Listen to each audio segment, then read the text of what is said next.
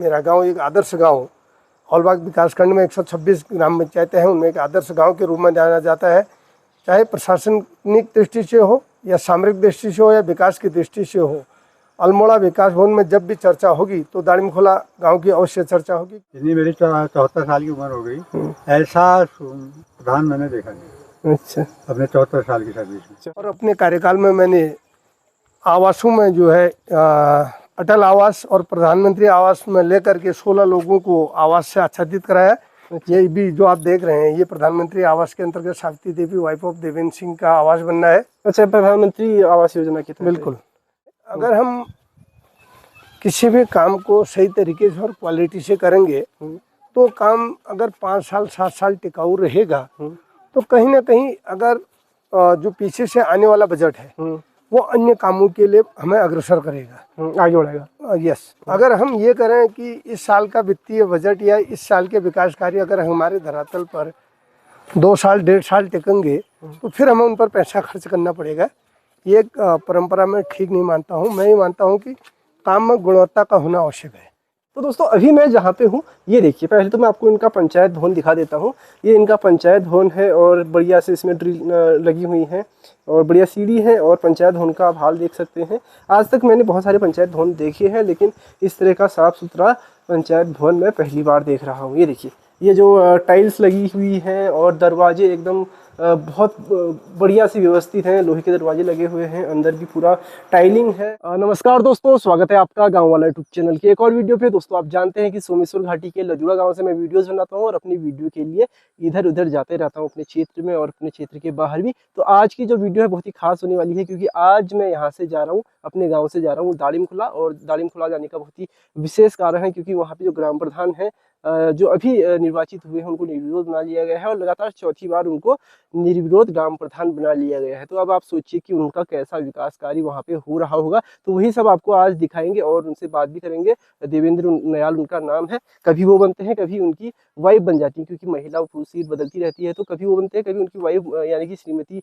नयाल जी बन जाती हैं और कभी वो बनते हैं। तो फिलहाल आज मैं उनका आपको गाँव दिखाऊंगा, उनका विकास कार्य दिखाऊंगा। लेकिन फिलहाल जिस जगह पर मैं हूँ, क्योंकि मैं खेत में आया हूँ, तो मकई के पेड़ काटने, मतलब घास काटने, और वो दिखाता हूँ जहाँ पे मैं हूँ। उसके बाद सीधे शाम को ले जाएंगे आपको दाड़ीमखोला।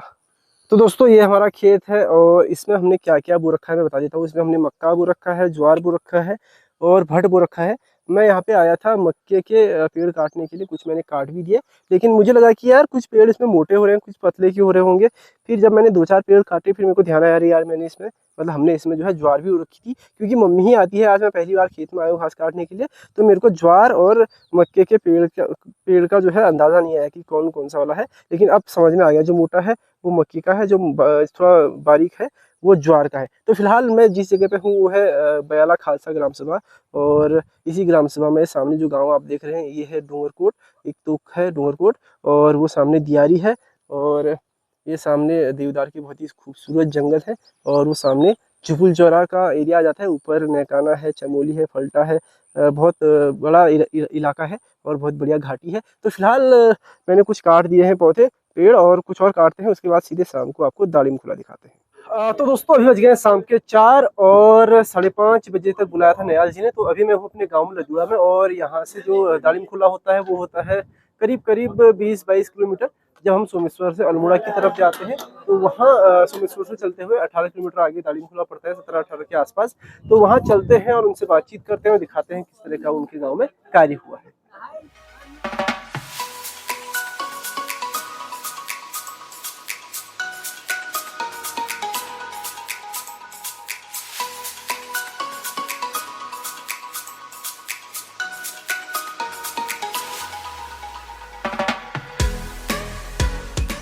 तो जी, फिलहाल हम पहुंच गए हैं दाड़ीमखोला में, और ये देखिए नीचे नदी है, कोसी नदी जा रही है अल्मोड़ा की तरफ, मंद मंद बहती हुई, और सामने भगतोला गांव है, और ये वाला एरिया जो है दाड़ीमखोला का है, और ऊपर दाड़ीमखोला का गांव है। तो अभी हम हैं रोड में, और यहाँ से चलते हैं प्रधान जी के घर की ओर, और उनसे मिलते हैं और बातचीत करते हैं और जानते हैं कि अभी तक के उनके जो कार्यकाल रहे कैसे रहे, क्या क्या उन्होंने विकास किया और क्या क्या उनकी प्राथमिकताएं रही, और आखिर क्यों उनको बार बार चुना जा रहा है। तो चलते हैं और आपको मिलाते हैं प्रधान जी से। आजकल पूरी हरियाली है, और वो सामने जो गांव है वो वाला वो है भगतोला। तो फिलहाल हम हैं कहाँ पे, दालिम खुला में। और रास्ता आप देख सकते हैं, रास्ता बढ़िया है, ठीक ठाक रास्ता है।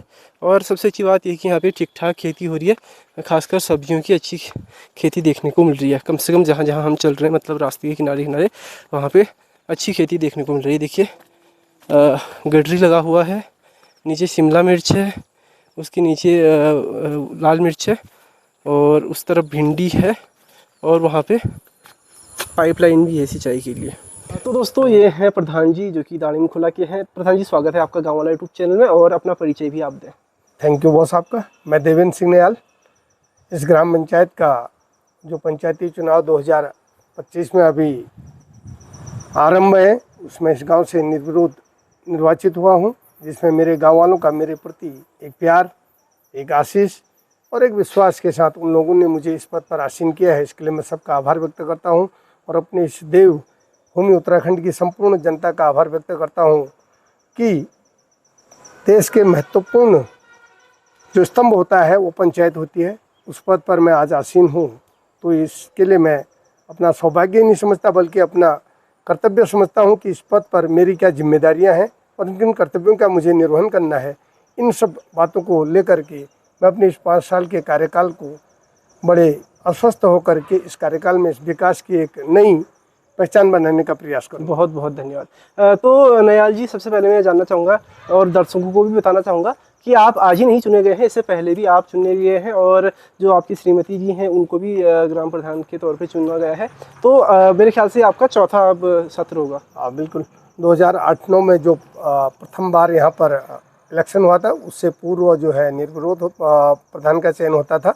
तो महिला सीट होने पर हमारी श्रीमती जी जानकी नयाल जी यहाँ पर निर्वाचित हुई। उसके बाद 14 से 19 मैं इस पद पर निर्विरोध निर्वाचित हुआ। 19 से 24 पुनः जानकी देवी निर्विरोध निर्वाचित हुई, और 25 से 29 तक काम करने का मुझे जो सौभाग्य मिल रहा है, हम अपना पूर्ण प्रयास करेंगे कि लोगों में इसी तरह का विश्वास बनाए रखें। तो सबसे पहले मैं जानना चाहूँगा कि गांव के बारे में, आप अपने गांव के बारे में कुछ बताएं, दालिम खोला के बारे में, और कुछ यहाँ की विशेषता बताएं। मेरा गांव दालिम खोला जो है, ये अल्मोड़ा ग्वालदम कर्णप्रयाग मोटर मार्ग के किलोमीटर 24 पर बसा हुआ है। कोसी नदी के तट पर बसा हुआ है यह गाँव। मेरे लिए मेरी जननी और मेरी जन्मभूमि है। तो हमें ये गांव अपनी माता के समान ही प्यारी, और उसी के रूप स्वरूप हमें इनका आशीर्वाद मिलता रहता है। मेरा गांव एक आदर्श गांव, हॉलबाग विकासखंड में 126 ग्राम पंचायतें हैं, उनमें एक आदर्श गांव के रूप में जाना जाता है। चाहे प्रशासनिक दृष्टि से हो, या सामरिक दृष्टि से हो, या विकास की दृष्टि से हो, अल्मोड़ा विकास भवन में जब भी चर्चा होगी तो दालिम खोला गाँव की अवश्य चर्चा होगी। क्योंकि कोई भी विभाग, जो रेखीय विभाग होते हैं, कृषि विभाग हो, पशुपालन विभाग हो, उद्यान विभाग हो, इसके अतिरिक्त हमारे जो राजस्व विभाग हैं, PWD है, या बाल विकास है, कोई भी परियोजना आज की डेट में ऐसी नहीं है कि जिससे गांव वाले अभिभूत नहीं है, या उस विभाग का सक्षम अधिकारी इस गांव में नहीं पहुंचा हो। बहुत बढ़िया। तो ये जानना चाहूँगा कि जब आप प्रधान बने थे शुरुआत में, मतलब जब पहली बार आप प्रधान के पद पे आए थे, या फिर श्रीमती जी आई थी, तो क्या चुनौतियाँ थी? क्या आपका उस समय ध्येय था कि ये किया जाए, वो किया जाए? जब हम इस गांव पर पहली बार प्रधान पद पर निर्वाचित हुए थे, तो एक ही चीज़ मन में लेके चले थे कि जिस तरीके से हम लोग उत्तराखंड के लोग हैं, जब हम कन्यादान करते हैं तो अपनी बेटी का हाथ जब अपने जवाई के हाथ पर देते हैं, तो इस विश्वास से देते हैं कि हमारी बेटी का आजीवन भरण पोषण, उसकी पूरी सुरक्षा, उसकी पूरी व्यवस्था, उसके सम्मान की जिम्मेदारी आपके पास है।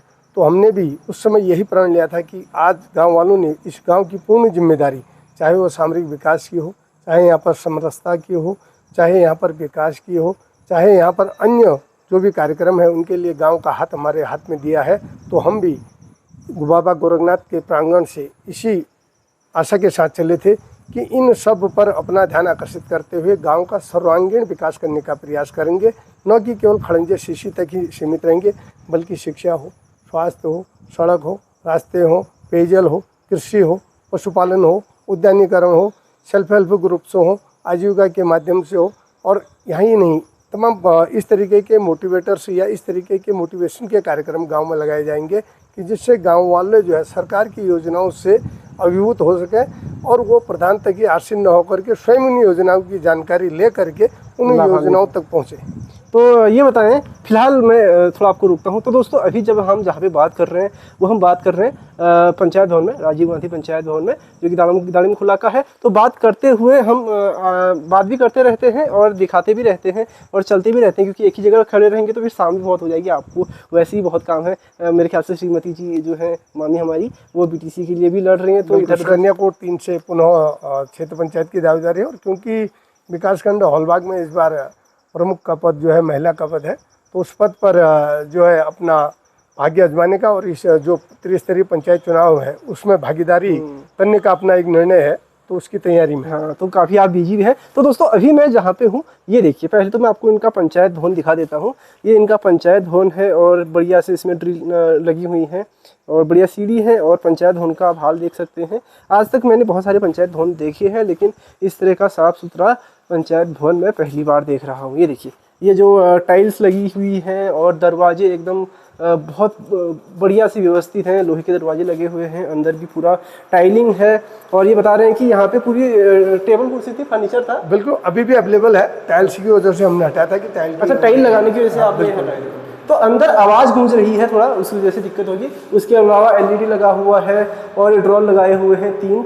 तो इस तरह का यहाँ पे है, पंखे लगे हुए हैं, बिजली पानी तो होता ही है, बहुत ही सामान्य चीज़ है। और यहाँ पर सामान रखा हुआ है, कुछ बिखरा हुआ है। और यहाँ पे मतलब ये 2 कमरे हैं, तो बढ़िया लग रहा है दिखने में। और बगल में ही जो है भैरवनाथ जी का मंदिर है, गुरु गोरखनाथ जी का मंदिर है, धूनी है। तो चलते रहते हैं और जानते रहते हैं कि क्या क्या इस कार्यकाल में इनके सारा कार्य किए गए। तो दोस्तों अभी हम पहुँच गए हैं गुरु गोरखनाथ मंदिर में, जो कि पंचायत भवन के ही बगल में है। तो मंदिर के आपको दर्शन कराते हैं, धूनी के दर्शन कराते हैं और उसके अलावा बातचीत भी करते रहेंगे। तो नयाल जी, जो ये मंदिर में निर्माण कार्य हुआ है, जैसे ये शेडिंग हुई है, पूरा छत डला है, ये चंदा उंदा करके हुआ है या फिर? नहीं, 63 जो है जिला योजना के माध्यम से गोरखनाथ मंदिर में सौंदर्यकरण और स्थल विकास का जो कार्य था उसके माध्यम से किया गया है। और ये जो सभागार में टाइल्स लगी हैं, ये हमने अपनी ग्राम पंचायत की मदद से लगाई हुई है। अच्छा। और पीछे जो शेड बना है वो गांव वालों के सहयोग से बना हुआ है। अच्छा, वो गाँव के सहयोग से है। तो ये मंदिर है और मंदिर की धुनी ये है। और ये मंदिर है, जैसे हमारे हर गांव में एक धुनी होती है और गुरु गोरखनाथ जी की धुनी लगभग बाबा गोरखनाथ का मंदिर है। बाबा गोरखनाथ की हम सभी पर असीम कृपा रहती है। बाबा गोरखनाथ ही हमारे पूज्य हैं। बिल्कुल, जय हो। आगे बढ़ते हैं, चलें। गणपति जी हैं, नरसिंह देवता हैं, बजरंगबली हैं, ये देख सकते हैं। तो नयाल जी, सबसे पहले मैं जानना चाहूँ कि गौमी कदू वोटर थी हमारे गांव में इस समय जो है 430 या 35 वोट लगभग जो है, जो लोग वोटिंग करेंगे ये लोग करेंगे। अच्छा, वैसे जो इलेक्ट्रॉल होता है उसमें कितनी है? इलेक्ट्रॉल में 566। अच्छा, 566 वोटर हैं। तो 566 वोटर हैं और ठीक ठाक मतलब गांव में जनसंख्या है, तो फिर भी आपको निर्विरोध चुना है, तो कहीं ना कहीं आपने अच्छे काम किए होंगे। तो जो काम आपने किए, जो प्रमुख विकास कार्य आपके हुए पिछले कुछ सालों में, उनमें क्या क्या है? उनमें जो है इस क्षेत्र में मेरे क्योंकि 2019 से 24 में मेरी वाइफ प्रधान थी, मैं सकन्याकोट से इस क्षेत्र का निर्वाचित क्षेत्र पंचायत का सदस्य था। तो मैंने माननीय रेखा आर्या जी के माध्यम से, जिला पंचायत सदस्य महेश निहाल जी था, उन लोगों के माध्यम से हमने अथक प्रयास किए। राजकीय इंटर कॉलेज भक्तोला, जो हमारा जहाँ पर हमने पठन पाठन का कार्य किया था, हमारे लिए एक बहुत बड़ा मंदिर होता है। तो उस मंदिर का नाम जो है हमने शहीद मेहमान सिंह शौर्य चक्र के नाम से करवाया। उसके बाद उस भवन का निर्माण 3.5 करोड़ रुपए की लागत से उस भवन का निर्माण कराया गया। अच्छा, भक्तोला का जो राजकीय इंटर कॉलेज भक्तोला है। उसके बाद जो हमारा भक्तोला, सकार, दाड़िम खोला, तिलौरा, झूला, ग्वालाकोट का एरिया है, यहाँ के लिए 4 करोड़ 85 लाख की पेयजल पंपिंग योजना का हमने कार्य करवाया, जो कि लगभग 80% पूरा हो चुका है। अच्छा, ये बगल में प्राथमिक विद्यालय है? ये प्राथमिक विद्यालय है। तो एक नज़र इसमें भी डालते हैं। कितने छात्र यहाँ पे पढ़ते हैं? यहाँ पर 18 छात्र पढ़ते हैं। अच्छा, तो कैसा है? जिनमें 2 अध्यापक रहते हैं। बहुत अच्छा विद्यालय है, अच्छा रिजल्ट है। अच्छा, बच्चे अच्छी प्रोग्रेस करते हैं। इसके अतिरिक्त मैंने पशुपालन विभाग से जो है अनुसूचित जाति जनजाति उप योजना के अंतर्गत अपने गांव के, हमारे यहाँ पर जो 35 परिवार हैं, कोई भी परिवार ऐसा नहीं है कि जिस परिवार को हमने अनुसूचित जाति जनजाति उपयोजना अंतर्गत गाय ने दिलाई हो। अच्छा। और अपने कार्यकाल में मैंने आवासों में जो है अटल आवास और प्रधानमंत्री आवास में लेकर के 16 लोगों को आवास से आच्छादित कराया। ये भी जो आप देख रहे हैं ये प्रधानमंत्री आवास के अंतर्गत सावित्री देवी वाइफ ऑफ देवेंद्र सिंह का आवास बनना है। अच्छा, प्रधानमंत्री आवास योजना के तहत। बिल्कुल। बहुत बढ़िया। और लोगों को बकरी पालन में भी हम लोगों ने तमाम लोगों को कार्यक्रम दिए। इसके अतिरिक्त जो है नमसा जैसी योजना इस गांव में चलाई।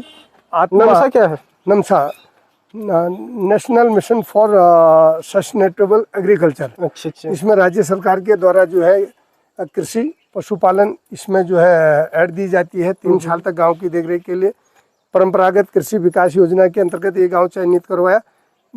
मेरा लगभग मानना यह है कि 3 कार्यकाल पूर्ण और चौथा जो आरंभ कर रहे हैं इसमें हमने कोई भी विभाग ऐसा नहीं छोड़ा कि जिस विभाग के माध्यम से इस गांव में काम न कराया हो। अच्छा, तो फिलहाल तो यहाँ पे ताला लगा हुआ है। हाँ। और चाबी होगी नहीं? इधर से आ जाओ। तो यहीं से अच्छा रास्ता है, आ जाओ। दिखा देता हूँ आपको। तो दोस्तों ये है प्राथमिक विद्यालय दाड़िम खोला और ये इसका प्रांगण है। आप देख सकते हैं बढ़िया प्रांगण बना रखा है, साफ सुथरा है और भवन भी साफ सुथरा है। क्योंकि अभी स्कूल बंद है तो इस वजह से सारा जो है दरवाजा वगैरह बंद है, तो अंदर का तो मैं दिखा नहीं पाऊंगा, लेकिन बाहर दिखा देता हूँ। मध्याह्न भोजन कक्ष। तो नयाल जी एक चीज़ और जानना चाहूँगा, जैसे यहाँ पे जो आपका गांव है इसमें 80 वर्ग लोग कितने रहते हैं? अनुसूचित जाति के लोग कितने हैं? 80 जाति के लोग जो हैं 80 वर्ग का हमारा यहाँ पर 36 परिवार रहते हैं। तो 36 परिवार हैं आपके, तो उनको नहीं मौका मिलता कि वो भी ग्राम प्रधान बने? बिल्कुल। इससे पूर्व में जो हमारे प्रधान थे वो हीराराम जी थे। अच्छा। और उनसे पूर्व कला देवी हमारी बीडीसी मेंबर थी। और यहाँ तक कि हम लोग अपनी पंचायत में एक व्यवस्था निश्चित रखते हैं, क्योंकि हमारे 7 वार्ड होते हैं। अभी 7 वार्ड में से 3 वार्ड 80 वर्ग के होते हैं, तो हम अमूमन मौका देते हैं कि उप प्रधान उस वर्ग से आना चाहिए। अगर प्रधान सामान्य को है तो उप प्रधान उनके वर्ग से आएगा, 80 वर्ग से आएगा, जो कि हमारे अपने पारिवारिक जन है, हमारे अपने ग्रामवासी हैं। तो उनको ये नहीं लगेगा कि पंचायत में हमारी भागीदारी नहीं है। और हमारे पिछले जो उप प्रधान थे वो भी 80 थे। वर्तमान में भी हमारे 3 जो मेंबर्स हैं 80 से हैं। और हमने लगभग अपने वार्ड मेंबरों के बीच में या जो वार्ड सदस्य हैं पंचायत के उनसे चर्चा कर रखी है कि पुनः उप प्रधान का दायित्व तो हम अपने 80 भाई के समाज में या 80 वर्गों को जरूर देंगे, ताकि उनकी भागीदारी भी बनी रहे और एक तरीके से राजनीतिक जागरूकता भी आती रहे। भविष्य में जब कभी रोटेशन के अनुसार या पंचायती एक्ट के अनुसार यहाँ पर कोई 80 की सीट आएगी, जो तो हमारे उप प्रधान होंगे वो नेतृत्व की जो है कहीं ना कहीं प्राइमरी स्टेज से प्रिपेयर्ड रहेंगे, तैयार रहेंगे। बहुत अच्छी बात कही कि राजनीतिक तौर से जागरूक भी रहेंगे और तैयार भी रहेंगे, क्योंकि वो बहुत जरूरी है। कई बार ऐसा होता है कि प्रधान का पद आदमी को या फिर किसी व्यक्ति को मिल जाता है, लेकिन वो कार्य कर नहीं पाता।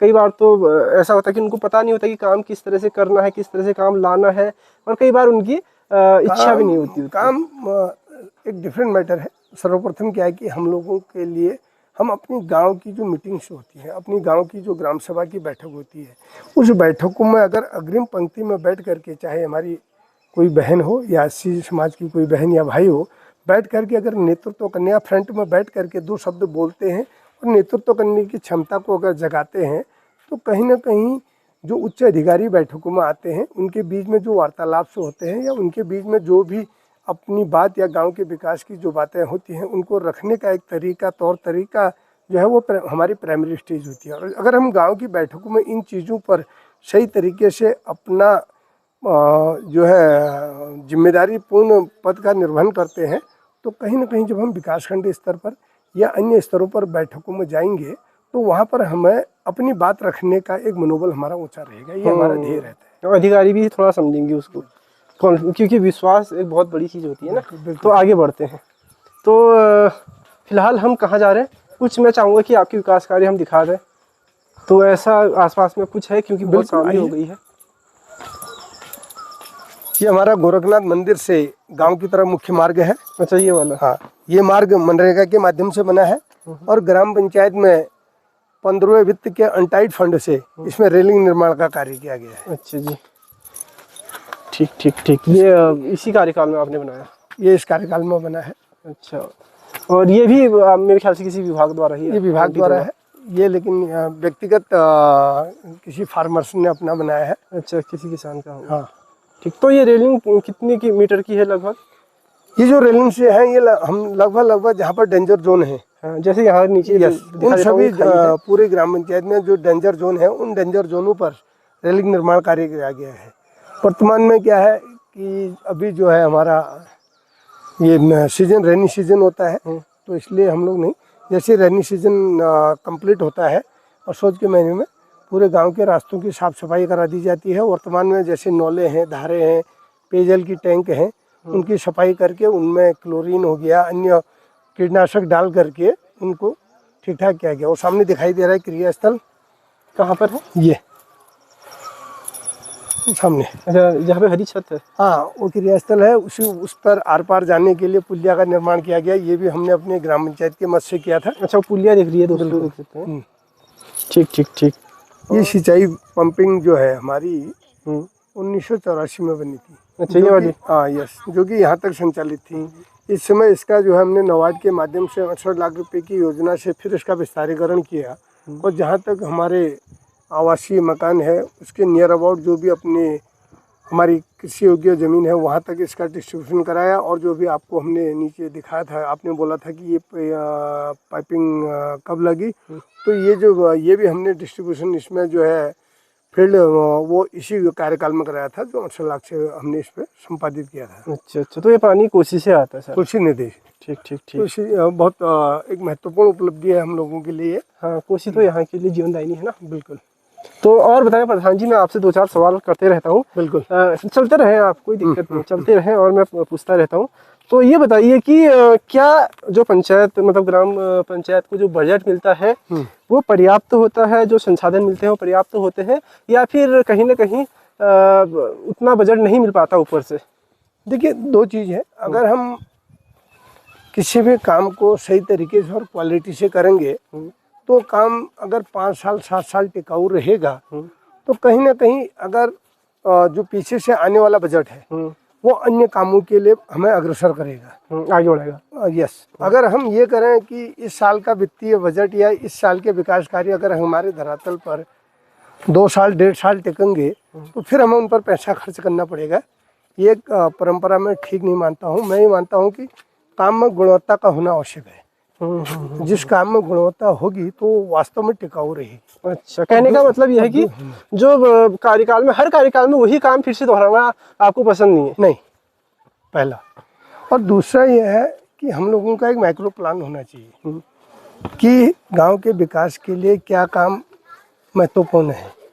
हम लोग ये नहीं कि बैठक में उसी समय प्रस्ताव आया और उसी पर काम करें। तो बैठक में अमूमन जो पारिवारिक जन आते हैं उनका ये एक ध्येय रहता है कि जो हम कह रहे हैं वो काम नज़दीक हो। अगर हम इस तरीके से देखेंगे तो हम परिवार का विकास कर पाएंगे, न कि गांव का। बिल्कुल। तो गांव के विकास के लिए भी एक माइक्रो प्लान होना चाहिए। गांव की पेयजल है, गांव के रास्ते हैं, गांव में स्वच्छता के लिए हमने शौचालयों की व्यवस्था है। कम्युनिटी शौचालय है नहीं है, प्रत्येक घर पर शौचालय नहीं है, आवास विहीन कौन है। तो एक तरीके से पंचायत को निर्णय लेना चाहिए। और उसके साथ ही सरकार की जो भी योजनाएं हैं उन योजनाओं के लिए वास्तव में जो लाभार्थी है उस व्यक्ति का प्राथमिकता के आधार पर चयन होना चाहिए। क्योंकि जागरूक लोग थोड़ा सा गांव में होता है कि जागरूक लोग सरकारी योजनाओं का अधिक लाभ ले पाते हैं, अधिक लाभ लेने, और जो वास्तव में पात्र है वो पीछे हट जाता है। तो पंचायत का निर्णय जो पीछे व्यक्ति है उसको पहले लाभान्वित करना, जो अग्रिम पंक्ति में थोड़ा सा अपनी बुद्धि से और बल और विवेक का काम करता है उनको थोड़ा रिलैक्सेबल करने का ऐसा मादा पंचायत के पास भी होना चाहिए। अच्छा, बिल्कुल बिल्कुल। कहीं ना कहीं एक आप जो पूरी जो समाज के तौर पे एक निर्णय होता है वो अच्छा होना है, कहने का मतलब आपका है। और दूसरी बात ये जानना चाहूँगा कि आपकी नज़र में एक आदर्श गाँव कैसा होना चाहिए? आदर्श गांव देखिए, प्रत्येक परिवार के पास आवास होना चाहिए। गरीब परिवार हैं उनके पास जो वर्तमान में गरीब अन्न कल्याण योजना है उसका उनको लाभ मिलना चाहिए। बुजुर्ग हैं, विधवा हैं, परित्यक्तता हैं, उनको उस जो भरण पोषण मिलता है उसका लाभ मिलना चाहिए। आंगनबाड़ी है, आंगनबाड़ी में हमारे तमाम बच्चे, जो बच्चे चाहे आंगनबाड़ी में पढ़ने जाने वाले हों, गर्भवती महिलाएं हैं, धात्री महिलाएं हों, उनको आंगनबाड़ी के द्वारा जो THR मिल रहा है वो भी समय समय पर उपलब्ध होना चाहिए। प्राथमिक विद्यालय में जो हमारे बच्चे पढ़ते हैं उन बच्चों को भी इस तरीके से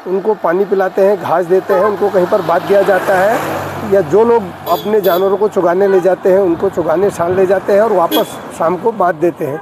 नहीं तो ज़्यादा संख्या में होने पर हम उनको जो हमारा रिजर्व फॉरेस्ट है, जैसे जैनाल पैखाम वाला एरिया, वहाँ पर छोड़ देते हैं ताकि वो वहाँ पर अपना जीवन यापन कर सकें। कई लोग क्या करते हैं कि परेशान हो जाते हैं, कई लोग घर के लोग भी मतलब खुद का जानवर जंगल में बांध आते हैं, उसके ऊपर नहीं, ये परंपरा गलत है। हमने अपने गाँव वालों को कम्प्लीटली बोला है कि गांव के लोग अपने जानवरों को अनावश्यक जो है इस तरीके से छोड़े नहीं।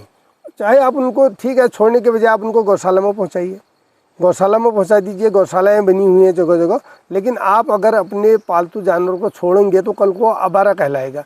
अगर मेरे जिस गाय का मैंने दूध पिया है, मेरे बच्चों ने दूध पिया है, मेरी माँ को कोई आवारा कहेगा तो शब्द गलत है। तो उसी प्रकार गौवंशीय पशुओं के लिए भी ये शब्द ठीक नहीं है, जो आवारा वाला शब्द है, तो उनका ध्यान रखना हमारा परम कर्तव्य है। तो फिलहाल एक और सवाल वो गांव के लिए भी है, और अभी क्योंकि मामी जी जो है, श्रीमती, नाम क्या उनका, जानकी नयाल, जानकी नयाल जी जो है बीडीसी के लिए भी इस बार उम्मीदवार है।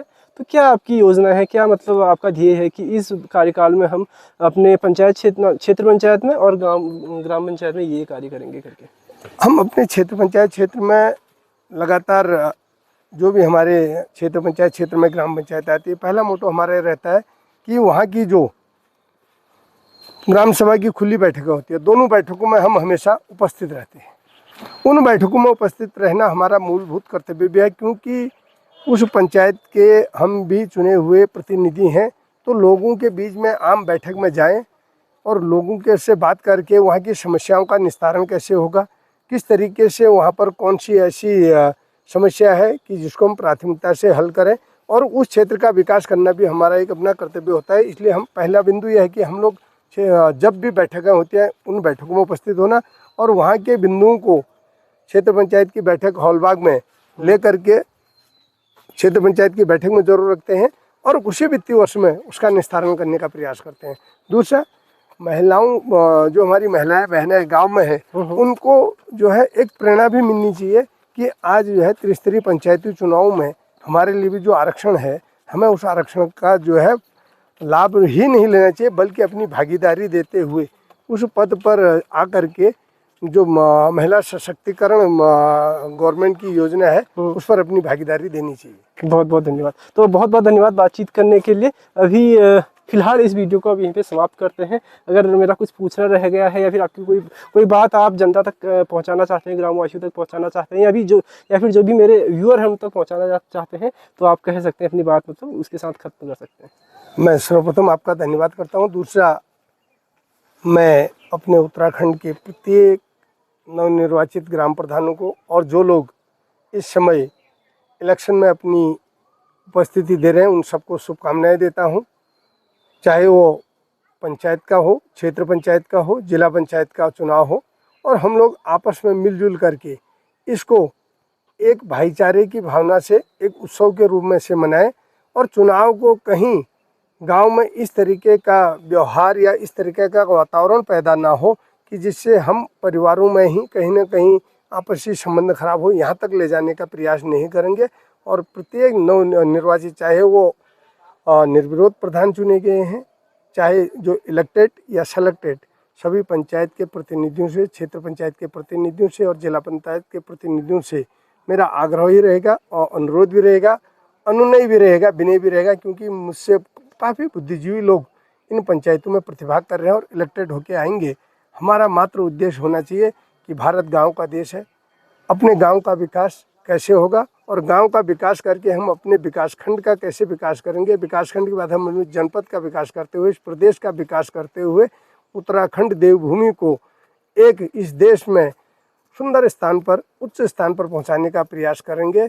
और दूसरा बिंदु, मेरा अंतिम बिंदु कहते हुए अपनी बात को समाप्त करूंगा कि चुनाव जो है वो एक तरीके का लोकतंत्र का बहुत महत्वपूर्ण पर्व है, लेकिन आज हम लोग चुनाव को चुनाव नहीं बल्कि एक आपसी वैमनस्य की भावना पैदा करते हैं। इसमें मेरा उन अपने मतदाताओं से भी अनुरोध रहेगा कि आप मतदान स्थल पर जरूर आइए, मतदान कीजिए, और इस क्षेत्र का जो दायित्व है, चाहे वो अपने गांव का है, अपने क्षेत्र पंचायत का है, अपने जिला पंचायत का है, दायित्व एक ऐसे हाथों में दीजिए जो कि आपके इस क्षेत्र के लिए, आपके गांव के लिए, आपके जिला पंचायत क्षेत्र के लिए, आपके क्षेत्र पंचायत के विकास में महत्वपूर्ण भागीदारी निभा सके और किसी तरीके से वैमनस्य न करते हुए इस पर्व को मनाएंगे। जय हिंद, जय भारत, जय उत्तराखंड। जय उत्तराखंड। धन्यवाद बातचीत करने के लिए। Thank you. तो दोस्तों अभी हमको एक बुजुर्ग मिल गए हैं नीचे दुकान में जा रहे थे। तो बाबू जी नमस्कार, स्वागत है तुम्हारा गाँव वाले चैनल में। सबसे पहले मैं जानना चाहूँगा, जो आपके प्रधान जी हैं पीछे नयाल जी, कैसा आपको उनका कार्यकाल लगता है और लगातार आपने उनको प्रधान बनाया है, इस बार निर्विरोध चुना है, तो क्या इनकी विशेषताएं आपको लगी? इनकी कोई जितने भी कार्य हैं सब विशेषता ही है। इनको कोई काम बताओ ऐसा करना है, दूसरे तीसरे दिन किया हुआ मिलेगा। अच्छा जी। और सरकारी जो भी काम है आप देख ही रहो, किसी काम में पीछे नहीं, अपने बिल्कुल घुल मिल के उसमें लोगों के साथ व्यवहार इतना अच्छा है इनका। अच्छा क्या है, अपने आप अच्छे हैं तो लोग फिर अच्छे हो जाते हैं। गुड़ कहीं पर रखा है ना, मक्खी अपने आप आएंगे, ठीक है, तो वे गुड़ की तरह है। अच्छा। इनका दूसरा हमने आज तक नहीं देखा है, इतनी मेरी 74 साल की उम्र हो गई, ऐसा प्रधान मैंने देखा नहीं। अच्छा। अपने 74 साल की सर्विस में। 74 साल की सर्विस। कहीं ऐसा तो नहीं कि कई बार ऐसा होता है ग्राम प्रधान नियुक्त तो हो जाते हैं, लेकिन फिर पता चलता है अच्छा उन्होंने तो अपने विरोधी को जो है पैसे खिला दिए, तू बैठ जा मैं ही लड़ता हूँ। ऐसा तो नहीं है कहीं। अगर वे कोई बोलेगा ना यार मैं खड़ा होता हूँ तू बैठ जाए, चुपचाप अपने आप बैठ जाएंगे, लेकिन इनको ऐसा बोलना तो कोई बोलेगा नहीं, गाँव वाले बोलने देंगे। अच्छा। एक और यहाँ पे चचा हमारे हैं, तो स्वागत है आपका भी गाँव वाला में। आपको कैसे लगते हैं अपने प्रधान? देखो मैं तो प्रधान जी के साथ शुरू से पढ़े हैं, मेरे साथ ही। अच्छा, आपकी सहपाठी रहे हैं? हाँ। अच्छा, तो बहुत बढ़िया इनका है। तो ये तो नेचर लाखों में एक है, लाखों में एक है। तो गांव के विकास के लिए मतलब पूरी भूमिका। जहाँ तक मैंने देखा है कि ये रोड वगैरह पहले नहीं हुआ करती थी हमारे गांव में, जितनी भी सड़कें वगैरह हैं, तो ये प्रधान जी का ही रास्ते, विधवाओं के घर, गरीबों के घर, ये प्रधान जी का ही काम सब कुछ इनसे है। बचा हुआ नहीं। अच्छा। जो कि पूरे गाँव में जो है, पूरे क्षेत्र में मतलब सबसे प्रधान, अच्छे प्रधान कह सकते हैं। तो बहुत बहुत धन्यवाद बातचीत करने के लिए। क्षेत्र में इतने जो रावणी क्षेत्र दिखाई दे रहा है ना, इतने क्षेत्र में सबसे उत्तम प्रधान है। अच्छा, बहुत बहुत धन्यवाद। तो दोस्तों फिलहाल मैं अपने गांव पहुंचने वाला हूं, अभी पहुंचा नहीं हूं, मतलब रोड में हूं, अभी चलना थोड़ा और है। तो आपने देखा किस तरह से जो प्रधान जी थे दाढ़ी में खोला कि उन्होंने अपनी बातें रखी, अपने विकास कार्य गिनवाए, और कहीं ना कहीं मुझे लगता है कि उनकी बातों से आप भी सहमत होंगे, और जो उन्होंने बातें की, जो सकारात्मक उनकी सोच मेरे को नज़र आई, उससे आप प्रभावित जरूर हुए होंगे। तो अभी क्या है कि उत्तराखंड में त्रिस्तरीय चुनाव होने हैं, तो आप भी अपने ग्राम प्रधान को बहुत सोच समझ कर चुनें। उसके अलावा एक और बात कहूँगा कि जो ग्राम प्रधान है वो केवल विकास कार्य ही न करें, बल्कि गाँव में एक ऐसी सोच का भी निर्माण करें जो पूरे गांव के लिए सकारात्मक हो। तो फिलहाल आज की वीडियो को यहीं पे समाप्त करते हैं। मेरे को उनका काम भी बहुत अच्छा लगा, इनसे बातचीत भी अच्छी लगी। फिलहाल इस वीडियो को यहीं पे समाप्त करते हैं, और आप कमेंट करके बताना जरूर कि आपको इनकी जो शैली है वो कैसी लगी। और अभी तक आपने मेरे यूट्यूब चैनल गाँव वाला को सब्सक्राइब नहीं किया है तो वो भी कर लीजिएगा। धन्यवाद। जय श्री राम। टाटा।